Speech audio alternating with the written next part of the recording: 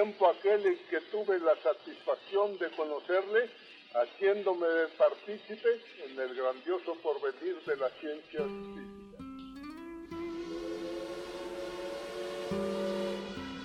¡Viva México! En el Ceneval, la lectura también se escucha. Conoce la historia de los artífices de la educación a través de sus vidas y aportaciones.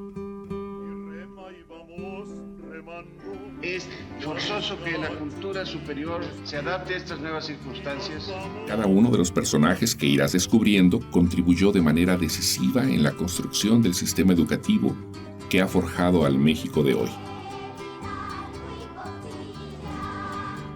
Quizá resulte un poco extraña eso de poder dirigirse en un solo momento a muchos millares de personas que nos están escuchando en sus aparatos.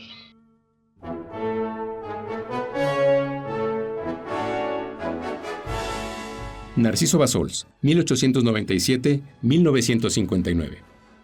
El país no debe seguir produciendo más profesionistas del tipo absurdo, antieconómico, caduco, antirrevolucionario y profundamente pernicioso que representamos los abogados clásicos de México. Nacido en Tenango del Valle, en 1897, por la rama paterna era descendiente de catalanes y por la materna de la familia de Lerdo de Tejada. Sebastián y Miguel eran sus tíos abuelos. Estudió en la Escuela Nacional Preparatoria y después en la Escuela Nacional de Jurisprudencia. Uno de sus maestros, el legendario Antonio Caso, describió así su capacidad.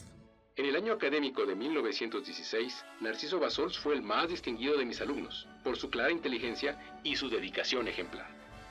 En 1927, el Ministerio de Agricultura de Plutarco Elías Calles le encargó que redactara la ley reglamentaria del artículo 27 constitucional. Radicalísima para su tiempo, la nueva norma agraria, que se llamó coloquialmente Ley Bassols, planteaba la construcción de poblaciones nuevas y la entrega de la tierra para acabar con el latifundio. Un artículo que publicó en ese entonces representa la visión que tenía para el campo mexicano. Toda la tierra y pronto. Después, fue profesor de garantías y amparo judicial, y en 1929 se convirtió en director de la Escuela Nacional de Jurisprudencia de la Universidad Nacional de México.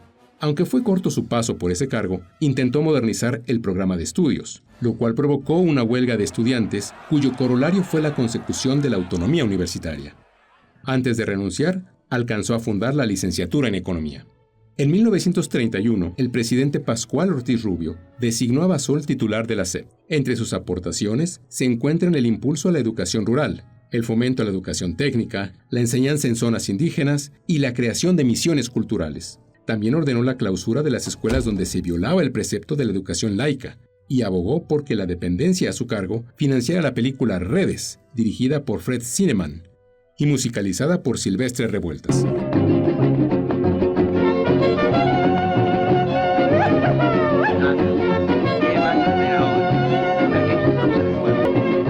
No exento de polémica, Bassols introdujo desde la SEP la orientación sexual en los planes de estudio, lo que ocasionó un gran escándalo entre la sociedad conservadora de la época y urticaria en un clero intolerante.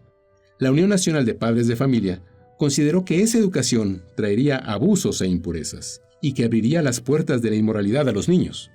Tras 2 años de discusiones y altercados, tuvo que renunciar. Más tarde, ocupó por un periodo breve la titularidad de la Secretaría de Gobernación y durante la presidencia de Lázaro Cárdenas fue designado secretario de Hacienda. No obstante, tomó partido por su antiguo jefe, Plutarco Elías Calles, en el enfrentamiento entre el michoacano y el sonorense, y renunció a la dependencia. En 1935 fue nombrado ministro de México en Inglaterra, cargo que desempeñó en la Limón con su función como representante de nuestro país frente a la Liga de las Naciones. Desde esa tribuna condenó a la Italia de Mussolini que había invadido Etiopía. Luego asumió la Embajada de México en Francia, lo que le permitió sugerir al presidente Cárdenas que acogiera a los refugiados españoles. Durante el gobierno de Manuel Ávila Camacho, aceptó la embajada en Moscú con la intención de abrir relaciones con la Unión Soviética. Su última responsabilidad fue como asesor del presidente Adolfo Ruiz Cortines, pero cuando devaluó la moneda en 1954, renunció. La colección Cuadernos del Ceneval es un proyecto editorial y audiovisual que fomenta el fortalecimiento de la cultura de la evaluación en México. Creo que hemos terminado con esto y otro día seguiremos arreglando el mundo. Hasta luego. Ceneval, Buenas decisiones abren nuevos caminos.